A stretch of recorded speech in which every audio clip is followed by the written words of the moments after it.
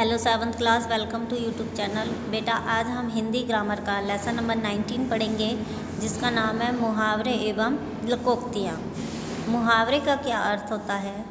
जब कोई वाक्यांश अपने सामान्य अर्थ को छोड़कर किसी विशेष अर्थ में बदल जाता है तो उसे हम मुहावरा कहते हैं। जैसे कि इसमें एक उदाहरण के तौर पे आपको बताया गया है, राणा प्रताप ने हल्दी घाटी के युद्ध में मुगल सेना के दांत खट्टे कर दिए। दांत खट्टे कर देने का मतलब कि होता है उन्हें हरा देना। तो उन्होंने जो है इस बात को अलग ही ढंग से, मतलब कि विशेष अर्थ इसमें प्रकट होता है कि आप सोचोगे कि दांत खट्टे कर दिए, तो दांत खट्टे करने का मतलब होता है हरा देना। तो इस प्रकार से हम मुहावरों का प्रयोग करते हैं। अब यहाँ पे आपको कुछ मुहावरों का अर्थ भी दिया गया है और उनका वाक्य में प्रयोग भी दिया गया है। बच्चे एग्ज़ाम में ज़्यादातर यही गलती करते हैं कि अर्थ को ही वाक्यों में प्रयोग बना देते हैं। तो वाक्यों में प्रयोग अलग होता है और उसका अर्थ अलग होता है। जैसे अकल पर पत्थर पड़ना यानी बुद्धि भ्रष्ट हो जाना।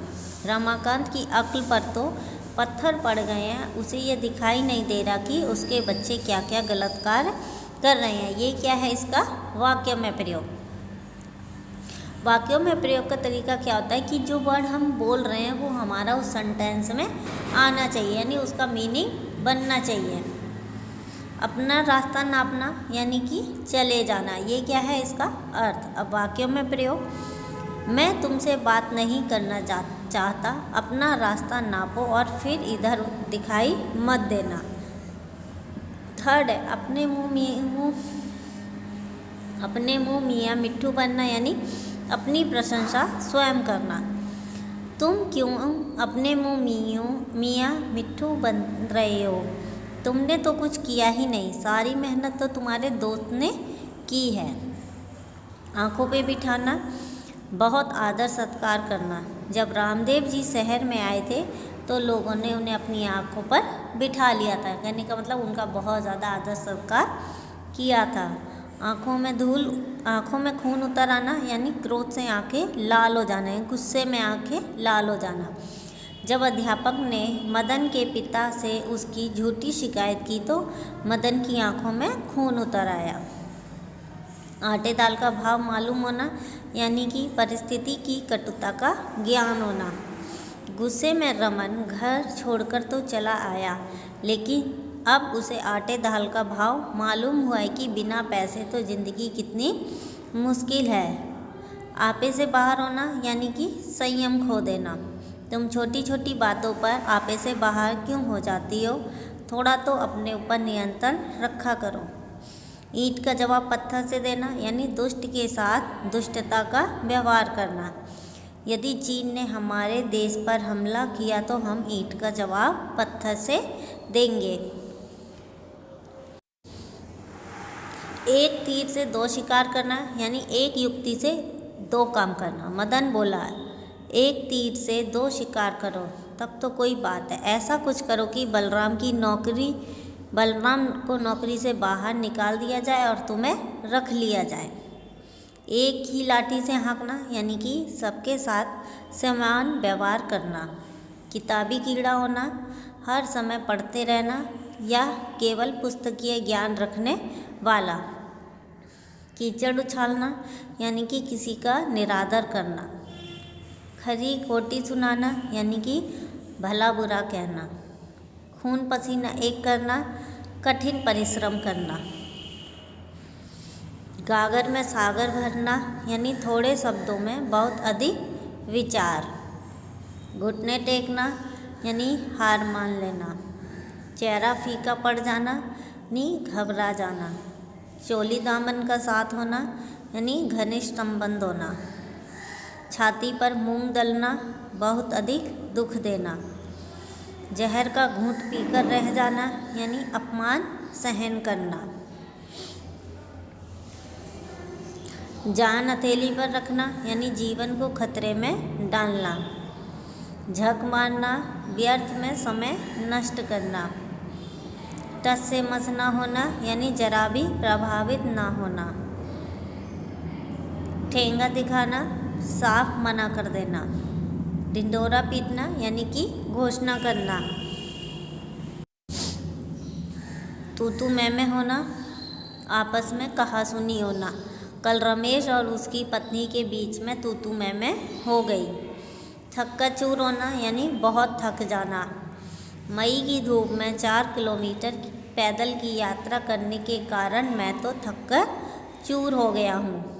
थूक कर चाटना यानी वायदे से मुकरना तथा वही काम दोबारा करना। दर दर की खाक छानना या दर दर मारा फिरना, जगह जगह की ठोकरें खाना।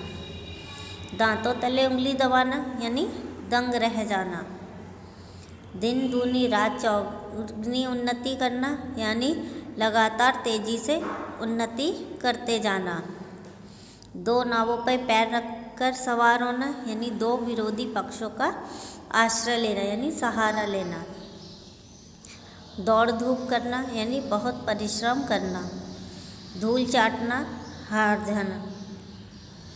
न घर का न घाट का यानी दोनों तरफ से उपेक्षित यानी दोनों तरफ से हार। 9 तो 11 होना यानी भाग जाना। पाँव जमीन पर न पड़ना यानी बहुत अधिक घमंड होना।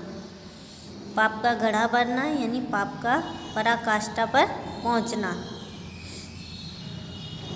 पीठ दिखाना यानी हार कर भागना या पीछे हटना। पेट पर लात मारना यानी रोजी ले लेना। प्राणों की बाजी लगाना, जान की परवाह न करना। बाल भी बांका न होना यानी तनिक भी नुकसान न पहुंचना। भीगी बिल्ली बनना यानी भय के कारण विनम्र हो जाना।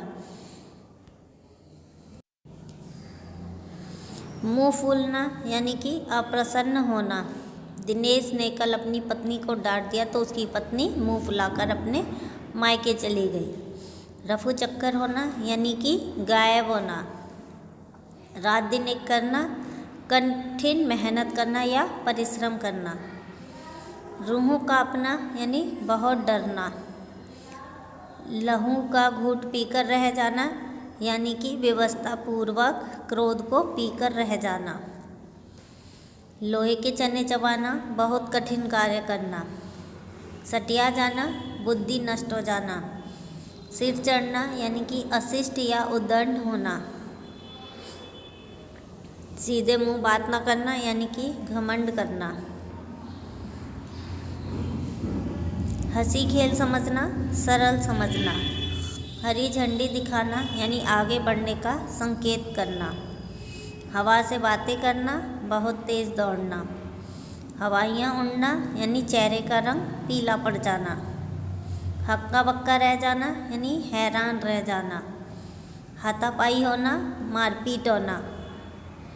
अब है लोकोक्तियाँ। लोकोक्तियों का क्या होता है?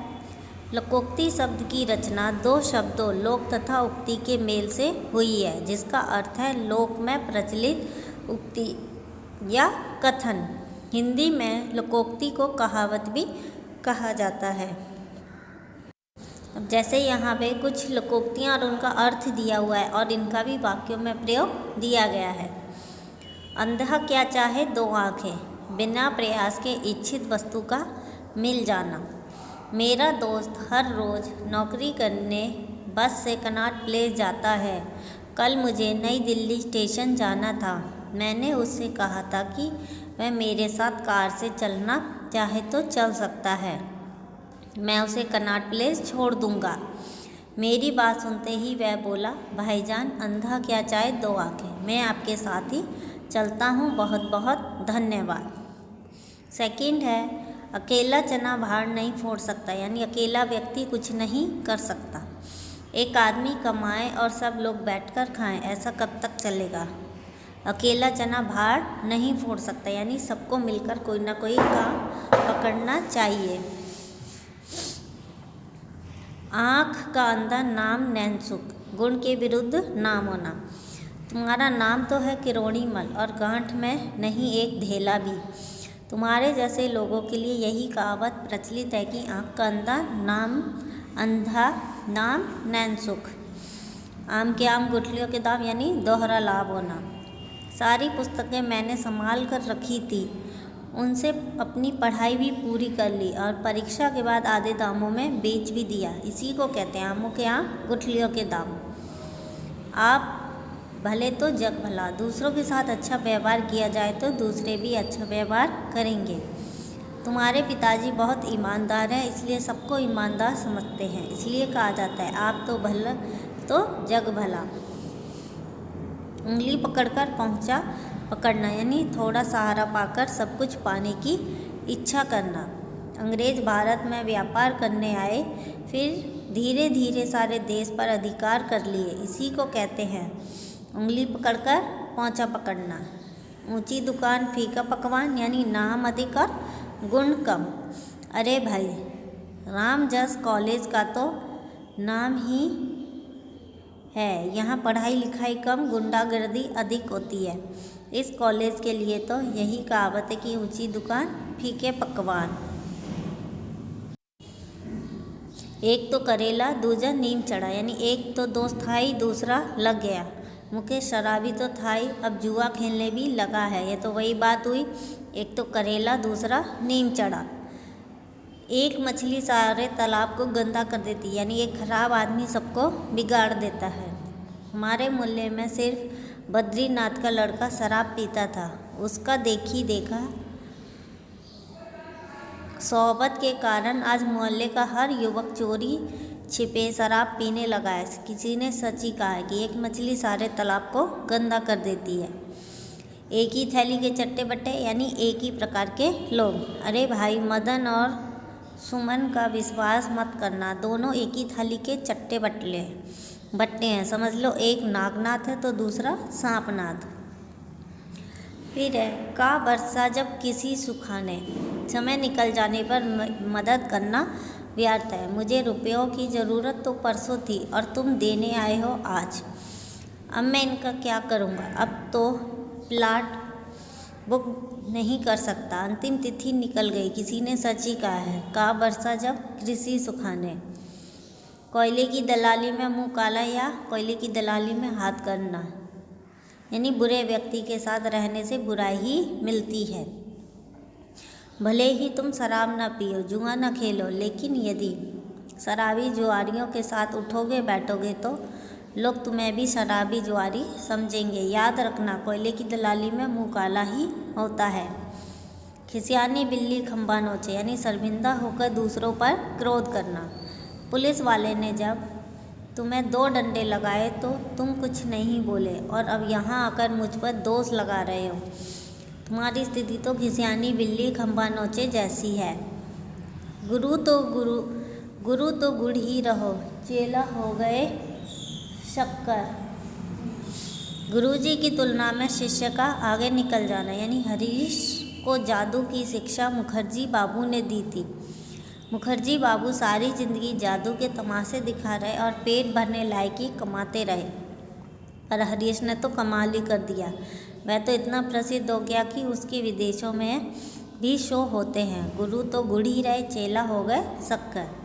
गेहूं के साथ घुन भी पिसता है, यानी दोषी के साथ निर्दोष भी मारा जाता है। बनवारी का बेटा दिन रात अपने किराएदार के बेटे मुनीस के साथ घूमता रहता है।